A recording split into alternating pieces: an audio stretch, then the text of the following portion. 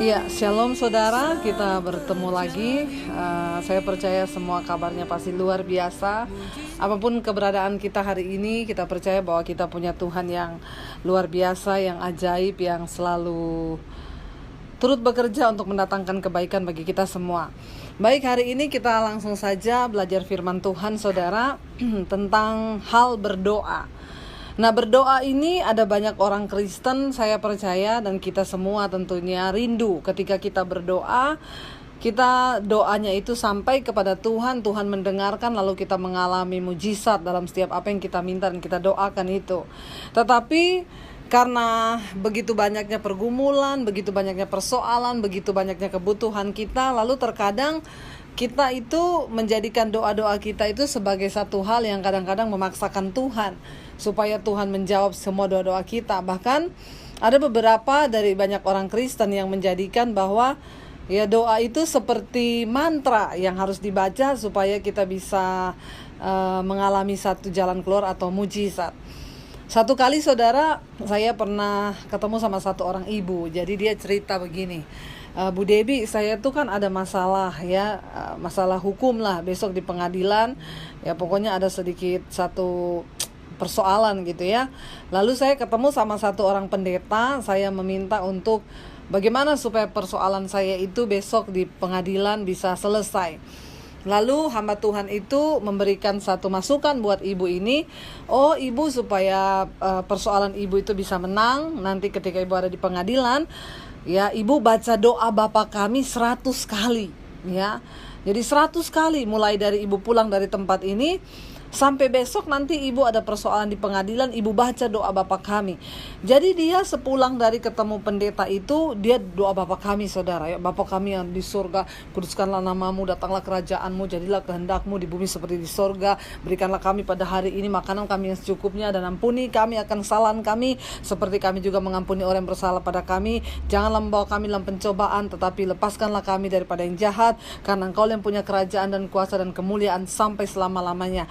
1 kali. Jalan lagi, Bapa kami yang ada di sorga, dikuduskanlah namamu, sampai 100 kali. Kayaknya itu juga malaikat bosan juga ya dengar dia saudara ya. Jangankan Tuhan, malaikat aja juga bosan gitu ya. 100 kali saudara. Nah jadi apa pemahaman kita sebenarnya tentang doa itu sendiri? Apakah doa itu Tuhan harus menjawab semua yang kita mau, semua yang kita inginkan, dan semua yang kita harapkan? Lalu ketika itu tidak terjadi sesuai dengan yang kita minta, yang kita harapkan, lalu kita berpikir bahwa doa kita tidak dijawab, Tuhan itu tidak mendengar. Lalu kita mulai mencari-cari bagaimana doa yang mujarab, doa yang bisa dijawab, doa yang bisa memperoleh satu mujizat. Nah hari ini saya pengen kita sama-sama belajar dari firman Tuhan saudara ya. Saya ambil dari Matius pasal yang ke-6. Di sana judul perikopnya adalah hal berdoa. Matius pasal yang ke-6 ya. Ayat yang ke-5 mulai berkata begini, hal berdoa. Di sana dikatakan firman Tuhan berkata, dan apabila kamu berdoa, janganlah kamu berdoa seperti orang munafik ya. Mereka suka mengucapkan doanya dengan berdiri dalam rumah-rumah ibadat dan pada tikungan-tikungan jalan raya supaya mereka dilihat orang. Aku berkata kepadamu, sesungguhnya mereka sudah mendapat upahnya. Saya bahas satu ayat ini dulu saudara. Di sana dikatakan, dan apabila kamu berdoa, janganlah berdoa seperti orang munafik. Yang pertama yang Tuhan tekankan, ini yang Yesus ucapkan loh saudara. Jangan berdoa seperti orang munafik. Orang munafik itu apa? Ya, orang munafik itu adalah orang yang sebenarnya tahu kebenaran tapi nggak mau melakukan. Lah berarti kayak yang tadi, termasuk orang yang berdoa, mengucapkan doa Bapa kami 100 kali, itu termasuk orang munafik nggak? Ya kalau menurut saya iya. Enak saja kamu selama ini hidup dalam dosa, kamu tidak mengikuti apa yang Tuhan mau. Mungkin kamu hidup dengan seenaknya sendiri, kamu melakukan apa yang kamu mau. Mungkin ada yang berzina, ada yang selingkuh. Lalu waktu menghadapi satu persoalan, lalu datang kepada pendeta, lalu pendeta itu bilang, Bapak harus baca doa Bapa kami selama 100 kali. Lalu saudara pikir ketika saudara baca doa Bapa kami 100 kali dan Tuhan jawab gitu, hello please dah ya, capcay deh. Kayaknya tidak seperti itu ya saudara. Itu adalah salah satu bentuk kemunafikan. Apa itu orang munafik? Orang yang hidup di dalam jalannya dunia, ngikuti jalannya setan, tapi mau minta berkatnya Tuhan. Hai. Ya kita aja manusia, mungkin kalau orangnya itu sama kita agak gimana gitu, kita nolong kayaknya agak mikir ya. Apalagi ini saudara, ingat ya, saya selalu mengatakan untuk mengalami kasih Tuhan tidak ada syaratnya. Kasih Tuhan, Anda buat dosa, Anda datang minta ampun, diampuni enggak? Diampuni sama Tuhan. Tapi untuk mengalami berkat Tuhan ada syaratnya. Alkitab berkata, jika kebenaran menjadi barisan depanmu, maka kemuliaan Tuhan akan mengikuti engkau. Amin. Dan itu yang harus kita lakukan. Kalau saya mungkin yang orang ini datang dan bertanya kepada saya, Bu, saya ada masalah di pengadilan, Bu, apa yang harus saya lakukan? Ya saya akan mungkin jawab dia, Pak, nomor 1, Bapak salah nggak? Besok Bapak menghadapi perkara di pengadilan itu kenapa? Karena kesalahan Bapak, atau Bapak ditipu, atau Bapak dipersoalkan, atau bagaimana? Kalau dia bilang, ya karena saya salah, ya Bapak bertobat. Ya Bapak salah, Bapak mau berdoa kayak apapun, Tuhan gak mungkin menjawab. Jangan jadikan doamu sebagai mantra. Nah orang Kristen sekarang itu banyak, saudara, udah kayak ikut dukun aja ke gereja, jadi orang Kristen. Enak aja punya masalah, terus hafal doa Bapa Kami 100 kali, terus selesai dan menerima jawaban gitu. Aduh saudara, ya please, mari kita mulai mengenal Tuhan dengan benar, punya prinsip iman yang benar, ya supaya kita ini tidak menjadi Kristen-Kristen agamawi. Yesus sangat membenci dosa kemunafikan. Makanya yang pertama Yesus katakan di situ, jika engkau berdoa, janganlah berdoa seperti orang munafik. Apa itu orang munafik? Orang yang tahu kebenaran tapi nggak melakukan, tapi pura-pura benar. Itu doanya nggak dijawab. Pertama, denger. Apa itu orang munafik? Orang yang tahu kebenaran tapi tidak mau melakukannya, tetapi berpura-pura melakukan supaya dia kelihatan benar. Ini adalah satu dosa yang Tuhan gak suka, saudara. Dan saya berdoa supaya saudara tidak masuk dalam salah satu, kita semua tidak masuk sebagai orang yang munafik di hadapan Tuhan. Kenapa? Karena Tuhan gak senang dengan semua itu. Lalu Yesus berkata, kenapa? Orang munafik itu apa? Mereka mengucapkan doanya dengan berdiri dalam rumah-rumah ibadat, pada tikungan-tikungan jalan raya, supaya mereka dilihat orang, atau berkata, aku berkata kepadamu, sesungguhnya mereka sudah mendapat upahnya. Jangan membangun sesuatu yang rohani itu di atas dasar pujian orang, saudara. Kalau kita mencari pujian orang, maka sesungguhnya engkau sudah tidak ada upahnya lagi. Nah Yesus berkata di sini apa? Kalau engkau berdoa, ya jangan supaya didengar orang di tikungan-tikungan jalan. Ada saudara orang yang berdoa, ya doa makan saja. Haleluya. Bapa pencipta halik langit dan bumi, yang menciptakan cakrawala, bulan, bintang, dan segala penjuru bumi ini, dari planet Mars, Jupiter, Saturnus, dan Uranus. Coba saudara, doa padahal cuma mau doa makan, hello. Nggak usah yang bertele-tele begitu kali, supaya orang itu ada orang-orang kalau berdoa udah kayak puisi ya saudara. Tuhan yang maha kudus, kami menghampiri tata kekudusan-Mu. Kami yang hina dina, yang penuh dosa, yang kami ini orang-orang yang tidak berdaya, orang-orang yang aduh please deh, alay. Dulu saya pernah punya teman saudara, saking alaynya berdoa, ya dia berdoa buat anak-anak kaum youth itu. Tuhan, saya berdoa buat anak-anak kaum youth ini, walaupun mereka masih mungil, kecil, dan dekil. Itu ya, gara-gara apa? Gara-gara mau sok puisi dan katanya itu dibikin-bikin. Ya, jadi berdoa buat kaum youth ini, Tuhan, mereka yang kecil, mungil, dan dekil. Yang ada saudara, ya anak-anak youthnya marah lah. Masa kita dibilang dekil, gak jadi doa saudara, malah marah. Coba tuh ya, makanya gak usah alay berdoa sama Tuhan. Yesus bilang tidak usah alay seperti orang-orang munafik ya. Ayat yang berikutnya saudara, di sana dikatakan ya, kalau kita lihat, coba kita baca ayat yang ke-6. Tetapi jika engkau berdoa, kata Yesus, masuklah ke dalam kamarmu, tutuplah pintu, dan berdoalah kepada Bapamu yang ada di tempat yang tersembunyi, maka Bapamu yang melihat yang tersembunyi akan membalaskannya kepadamu. Saudara, ya ketika kita berdoa, Yesus bilang masuk ke kamar, tutup pintu. Satu kali saya ketemu saya naik taksi, saudara, saya mau pelayanan, saya naik taksi ya.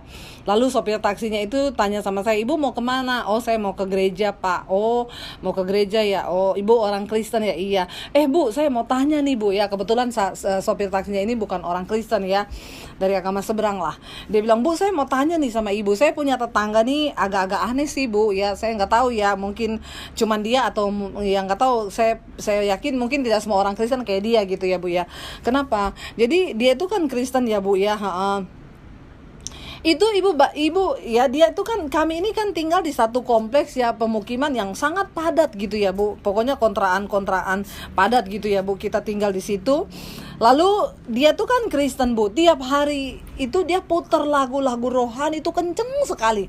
Ya, itu dia punya radio ditaruh di atas rumah, Bu ya, karena rumah kita tuh pendek-pendek. Jadi orang yang lagi kita di situ kan nyuci bareng, namanya juga kontrakan kos-kosan gitu ya, Bu. Itu lagu rohaninya dia putar kenceng, dia sambil ikut nyanyi, Bu. Kenceng-kenceng, Bu, dia teriak-teriak gitu ya. Nanti kalau berdoa juga kenceng-kenceng sampai seluruh orang tuh denger.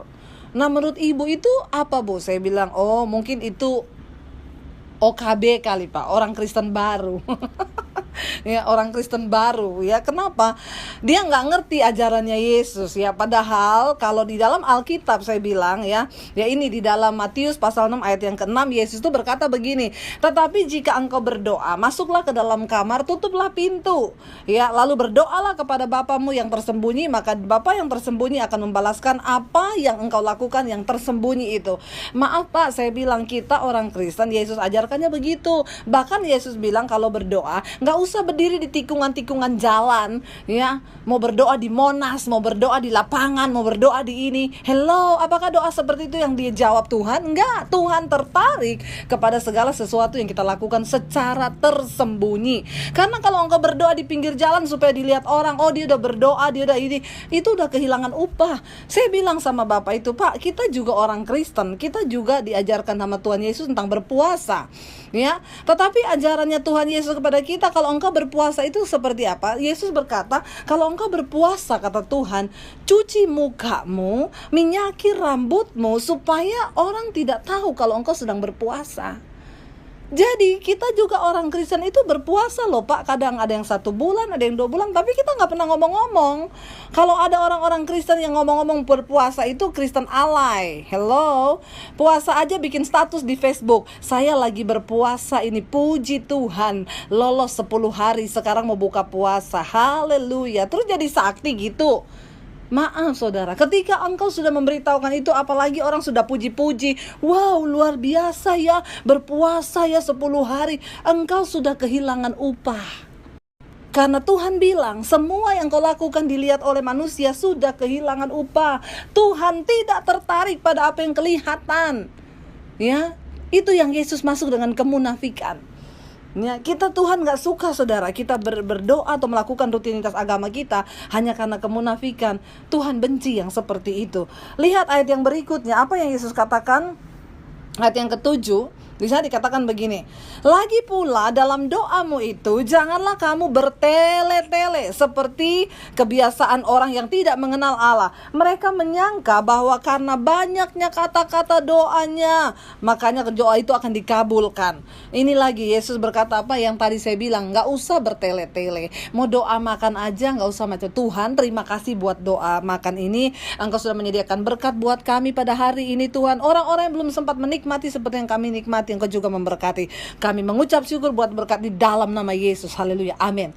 Ada orang mau doa makan aja, Tuhan Engkau yang sudah memberikan semua berkat, Engkau yang menciptakan binatang-binatang, termasuk sapi yang kami makan hari ini, Engkaulah yang menciptakannya Tuhan, sehingga dia sudah diolah Tuhan, pakai jahe lengkuas dan menjadi rendang. Kami bersyukur Tuhan buat daging ini, dan biarlah darah-Mu menutup bungkus makanan ini. Emang darah Yesus itu tutup bungkus nasi?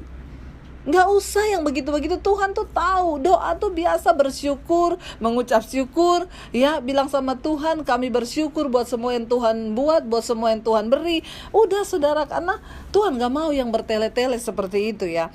Lalu dikatakan begini di sana ya, karena ada banyak orang berkata dengan banyaknya kata-kata mereka akan dikabulkan ya. Jika doanya tuh bertele-tele, Tuhan kabulkan. Makin lama doanya, makin Tuhan dengar. Enggak, capcay deh ya.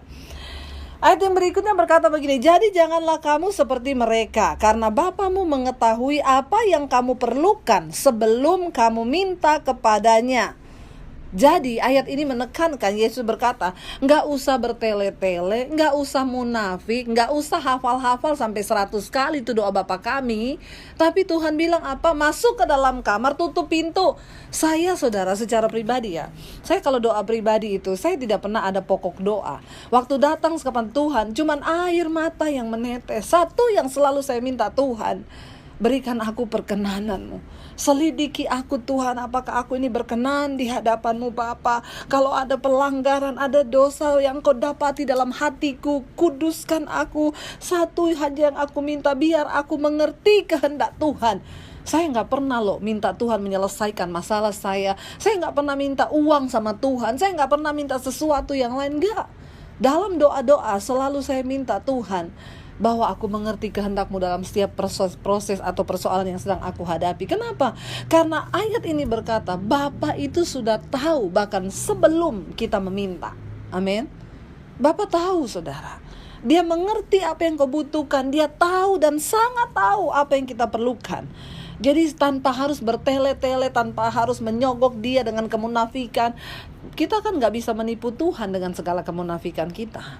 Karena Dia Tuhan yang maha tahu. Jadi saya percaya firman Tuhan berkata, Yesus bilang, carilah dahulu kerajaan Allah dan kebenarannya, maka semua yang engkau butuhkan itu akan ditambahkannya kepadamu. Nomor satu yang harus kita lakukan dalam hidup ini, cari perkenanan Tuhan. Cari apa yang Tuhan mau dalam hidup ini, cari kerajaan Allah dan kebenarannya, maka semua itu akan ditambahkan kepada kita. Jadi bukan waktu ada persoalan saja baru kita berdoa, nanti ada tantangan baru kita berdoa, nanti ada goncangan baru kita berdoa. Enggak. Doa adalah nafas hidup orang Kristen. Bukan hanya waktu di kamar, bukan hanya waktu di rumah, tetapi di mobil, di kamar mandi, dimanapun roh kita harus tetap terhubung dengan Tuhan. Kita hidup dalam sikap doa kepada Tuhan. Nah, Yesus berkata begini, ya, jadi janganlah kamu seperti mereka, karena Bapamu mengetahui apa yang kamu perlukan bahkan sebelum kamu minta kepadanya. Yesus berkata begini, karena itu berdoalah demikian. Nah, ini yang Yesus ajarkan ya. Berdoa demikian ini punya arti. Bukan berarti kita cuma hafalan tuh. Ada banyak orang yang menjadi doa ini doa hafalan ya, kayak tadi 100 kali dihafal karena ada persoalan di pengadilan. Bapa kami yang di surga dikuduskan namamu. Enggak. Saudara, ada makna di balik doa Bapa kami, dan hari ini kita mau belajar. Coba kita lihat saudara. Di sana Yesus berkata apa? Ya, berdoalah demikian, Bapa kami yang di sorga, dikuduskanlah namamu. Ketika engkau datang dalam doamu, pertama kali sembahlah Tuhan. Aku memuji engkau, kudus engkau Bapa. Artinya apa? Dalam setiap doa-doa kita, yang pertama kita harus mengakui kedaulatan Tuhan dalam hidup kita. Dalam setiap doa-doa pribadi kita, kita harus mengakui bahwa kehendak Tuhanlah yang terbaik. Dikuduskanlah namamu Tuhan, ya. Kita mengagungkan Dia, kita menguduskan namanya yang luar biasa, kita akui kehebatannya. Sebelum kita meminta sesuatu, kita sudah mengakui dulu bahwa Dia Tuhan yang berdaulat atas hidup kita. Dikuduskanlah namamu. Lalu Dia bilang apa?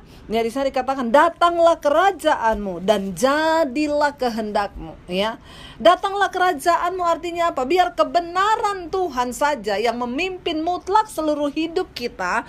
Dalam setiap persoalan atau apapun yang kita alami, Tuhan mau hanya kebenaran Tuhan saja yang memimpin setiap jalan hidup kita. Bahkan dalam proses seberat apapun, biar kita tetap mau berkata, kebenaran-Mu Tuhan, kerajaan-Mu lah yang ada dalam hidup kami. Datanglah kerajaan-Mu, jadilah kehendak-Mu. Yesus mengajarkan kita untuk berdoa, jadilah kehendak-Mu Tuhan. Kenapa? Karena Tuhan tahu kita ini hidup sebagai manusia, ada banyak kehendak-kehendak dan kepentingan kita pribadi yang seringkali Kita pikir itu lebih baik daripada kehendak Tuhan. Saudara, saya selalu ingat ya, kita bedanya sama Tuhan tuh beda tipis loh. Tuhan maha tahu, kita sok tahu. Jadi hati-hati, karena sesuatu yang kita anggap baik belum tentu itu baik di mata Tuhan. Tapi segala sesuatu yang sering kali kita anggap tidak baik, tapi kalau itu ke Tuhan, maka itu pasti mendatangkan kebaikan dalam hidup kita. Percayalah saudara, ya, Tuhan hanya tertarik mengubah keadaanmu hari ini, tetapi dia lebih tertarik mengubah sikap hati dan cap pandangmu terhadap kehendaknya. Satu kerinduan Tuhan di balik setiap persoalan yang kita hadapi, Tuhan mau supaya engkau dapat kehendak Tuhan yang sempurna. Satu kali saya ketemu dengan seorang ibu yang datang kepada saya, Bu Debbie, saya minta ibu doakan saya. Kenapa? Anak saya di penjara, Bu, karena kasus narkoba. Jadi kita mau doa apa, Bu? Ya saya berdoa, Bu, biar Tuhan itu lepaskan dia dari penjara, Bu. Hati saya sedih, saya gak bisa tidur. Bu, biarin aja. Setiap kesalahan itu pasti ada resikonya, Bu. Biar anak ibu membayar apa yang sudah dia lakukan. Siapa tahu di penjara dia bisa belajar banyak hal, lalu dia bisa bertobat di sana. Kenapa? Karena setiap proses itu pasti mendatangkan nilai pembelajaran dalam hidup kita. Ingat, hidup ini adalah proses pembelajaran. Jadi biarkan saja anak ibu untuk sementara menjalani proses itu. Nggak mau, Bu, saya tuh sedih, saya mau dia dibebaskan. Ya udah, terus ibu mau bagaimana? Ya kita berdoa supaya ada jalan. Saya berdoa bukan supaya anak ibu dibebaskan, tapi saya akan berdoa supaya di dalam penjara dia boleh menerima hikmat dan nilai supaya itu membuat langkahnya semakin bijaksana. Ingat, setiap keputusan yang engkau ambil ada konsekuensinya, ya, ada sebab akibatnya.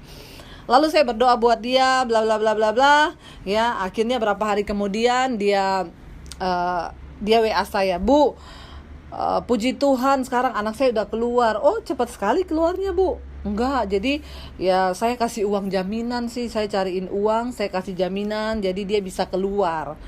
Oh, jadi sekarang dia keluar. Iya, oh berarti ibu sudah bahagia ya. Iya ya, puji Tuhan, terima kasih. Berapa minggu kemudian dia telepon saya lagi, Bu, kenapa? Saya tuh sedih, Bu, hati saya susah sekarang. Kenapa? Anak saya sejak keluar minta uang, terus mintanya tuh gak tanggung-tanggung, juta-juta, Bu. Bahkan ini dia udah mulai jual-jual apa-apa, bahkan sekarang dia udah tinggal satu rumah tuh sama dulu mantan pacarnya. Saya nih stres, Bu. Terus saya minta tolong ibu doakan supaya biar dia ketangkap polisi, masuk penjara lagi. Lah, saudara, saya kan bingung ya. Tuhan aja mungkin bingung, apalagi saya, saudara, ya. Kadang-kadang inilah manusia ya, kita ini terlalu banyak maunya. Kenapa? Ya itu tadi, karena sok tahu, ya. Saya tadi kan ya udah bilang, ibu biarin aja dia di penjara, jangan cariin uang jaminan, biar dia bayar semua upahnya, dia terima, dia akan keluar dengan nilai pembelajaran. Tapi kalau ibu bebaskan dia belum waktunya, ya begitu jadinya. Nah sekarang berdoa lagi biar masuk penjara lagi, gimana caranya? Saudara, jangan coba tolong Tuhan. Tapi hari ini ketika engkau menghadapi persoalan dalam hidupmu, dalam rumah tanggamu, dalam pekerjaanmu, berdoa, Tuhan, berikan kami hati yang mengerti kehendak-Mu di balik semua persoalan ini. Karena goal dari hidup kita ketika kita mengerti kehendak Tuhan. Amin, saudara. Ketika engkau mengerti kehendak Tuhan, itulah goal dari apa yang Tuhan mau dalam hidup kita. Bagi Tuhan menyelesaikan semua masalah kita, mengubah keadaan kita hari ini hanya dengan semudah Dia berfirman. Tapi untuk mengubah sikap hati kita, itu yang sulit bagi Tuhan. Kenapa? Karena kita punya kehendak bebas. Dan Dia tidak bisa bekerja kalau Dia tidak melihat hati yang terbuka untuk kehendaknya. Makanya jika engkau berdoa, kata Yesus berkata, datanglah kerajaan-Mu, jadilah kehendak-Mu. Ini membuat kita tidak meminta sembarangan kepada Tuhan, tidak memaksa apa yang kita mau, tapi kita berdoa biar Tuhan kehendak-Mu yang jadi. Selalu ingat ketika Yesus disalib, apa yang Dia doakan? Bisa gak Dia lari dari penyaliban itu? Secara daging Dia tahu Dia datang ke dalam dunia itu adalah sebuah harga yang harus Dia bayar dengan mahal. Tapi Yesus dikatakan, Alkitab berkata, Dia berdoa sampai keringatnya bercampur dengan tetesan darah. Dia berjuang antara keinginan daging manusianya dengan kehendak Bapa yang sempurna, karena dia harus menjatuhkan hukuman maut di dalam dagingnya. Dan persoalannya ketika di Taman Getsemani, dia berdoa antara mengalahkan keinginan daging dengan kehendak Allah. Lalu pada akhirnya dia bilang, dari awal dia berdoa, Bapa, kalau bisa cawan ini lalu daripadaku, karena dia tahu daging harus menanggung penderitaan yang begitu berat. Dia akan disiksa, dicambuk, bahkan dibunuh. Tetapi dia bilang, tapi jangan kehendakku, biar kehendakmu lah yang jadi. Dan ketika Yesus berkata biar kehendakmu lah yang jadi, itu yang berat. Tetapi saudara tahu, itulah yang mengalahkan tipuan setan. Ketika engkau mau berkata, Tuhan, aku mau kehendakmu lah yang jadi, setan kelepek-lepek. Dan dia gak bisa bikin apa-apa. Kenapa? Karena pada akhirnya Tuhan dapati kita adalah orang-orang yang berserah pada kehendaknya, total, sempurna kepada kehendak Tuhan. Dan itulah yang sangat setan takutin. Setan gak takut ketika orang mengalami mujizat, karena ada banyak mujizat palsu hari-hari ini. Ya kayak itu tadi, ibu itu bisa bersaksi, wah puji Tuhan anak saya keluar dari penjara. Kenapa keluarnya? Dibayar. Ya itu bukan mujizat, itu kepalsuan. Amin. Coba kalau dia biarkan, Tuhan kehendakmu apa di balik semua ini? Karena Alkitab juga berkata tidak ada anak yang tidak dididik oleh orang tuanya. Kalau anak itu tidak mendapat ganjaran dari orang tuanya, maka anak-anak itu adalah anak-anak gampang. Tuhan menarik membentuk sikap hati dan karakter kita ketimbang menjawab semua persoalan dan mengubah keadaan kita, saudara. Lalu setelah itu dia bilang apa? Jadilah kehendakmu di bumi seperti di sorga, dalam hidup kami seperti di sorga. Itu yang Tuhan mau. Jadilah kehendak Bapa di dalam hidup kami seperti di sorga. Lalu dia bilang apa di sana? Berikanlah kami pada hari ini makanan kami yang secukupnya. Ini mengajarkan kepada kita, saudara, bahwa doa itu bukanlah doa egois, ya. Kita meminta berkat Tuhan yang bertumpuk-tumpuk, enggak. Tuhan bilang, berikan kami pada hari ini makanan kami yang secukupnya. Kenapa, saudara? Karena kesusahan sehari cukup untuk sehari. Jangan tambahin beban hidupmu dengan hal-hal yang sebenarnya tidak harus engkau pikul. Lalu bisa dikatakan, dan ampunilah kesalahan kami, ya, seperti kami juga mengampuni orang yang bersalah pada kami. Doa adalah mengubah sikap hati kita. Kita dulu yang nurut pada kehendak Tuhan. Kita mengampuni orang lain dulu, baru Allah bisa mengampuni dosa kita. Ya, dan janganlah membawa kami dalam pencobaan, tetapi lepaskanlah kami daripada yang jahat. Karena Engkau yang punya kerajaan dan kuasa dan kemuliaan sampai selama-lamanya. Artinya apa? Mutlak kita percaya bahwa kehendak Tuhan itulah yang terbaik buat hidup kita. Mungkin hari ini saudara sedang mengalami persoalan dan engkau sedang berdoa dan engkau bilang, Tuhan, kenapa doaku belum dijawab? Saudara, mintalah kehendak Tuhan yang terbaik buat hidup kita. Karena itu saya mengajak saudara untuk bersama-sama berdoa. Mari kita angkat hati kita kepada Tuhan dan kita mau bilang, Bapa, datanglah kerajaanmu dan jadilah kehendakmu atas hidup kami. Seberat apapun persoalan yang kami hadapi hari-hari ini, kami tahu Tuhan, rencana dan kehendakmu itulah yang terbaik. Ubah kami seperti yang Tuhan mau. Sekalipun proses ini sakit Tuhan, tapi kami tahu rencana Tuhan membawa kepada kebaikan. Engkau lebih tertarik mengubah sikap hati dan karakter kami, karena satu saat nanti itulah yang akan kami bawa untuk pertanggungjawabkan di hadapan Tuhan. Segala sesuatu yang di bumi ini hanyalah sementara, dan kami tahu dan percaya hari ini kebenaran-Mu berkata, carilah dahulu kerajaan Allah dan kebenarannya, maka semua itu akan ditambahkan dalam hidup kami. Bahkan hamba berdoa Tuhan buat semua umat-Mu yang mendengarkan Tuhan firman-Mu hari ini di mana saja berada. Engkau menjadi jawaban buat mereka Tuhan. Tangan-Mu menopang mereka, tangan-Mu yang mengangkat mereka, bahkan mereka akan tetap kuat berdiri karena firman-Mu lah yang menopang kami. Kami percaya tidak pernah ada yang salah dalam rencana Tuhan. Selalu yang terbaik yang Kau lakukan buat kami anak-anak-Mu. Kami berdoa dan bersyukur hari ini hanya di dalam satu nama Tuhan kami, Yesus Kristus. Haleluya. Amin.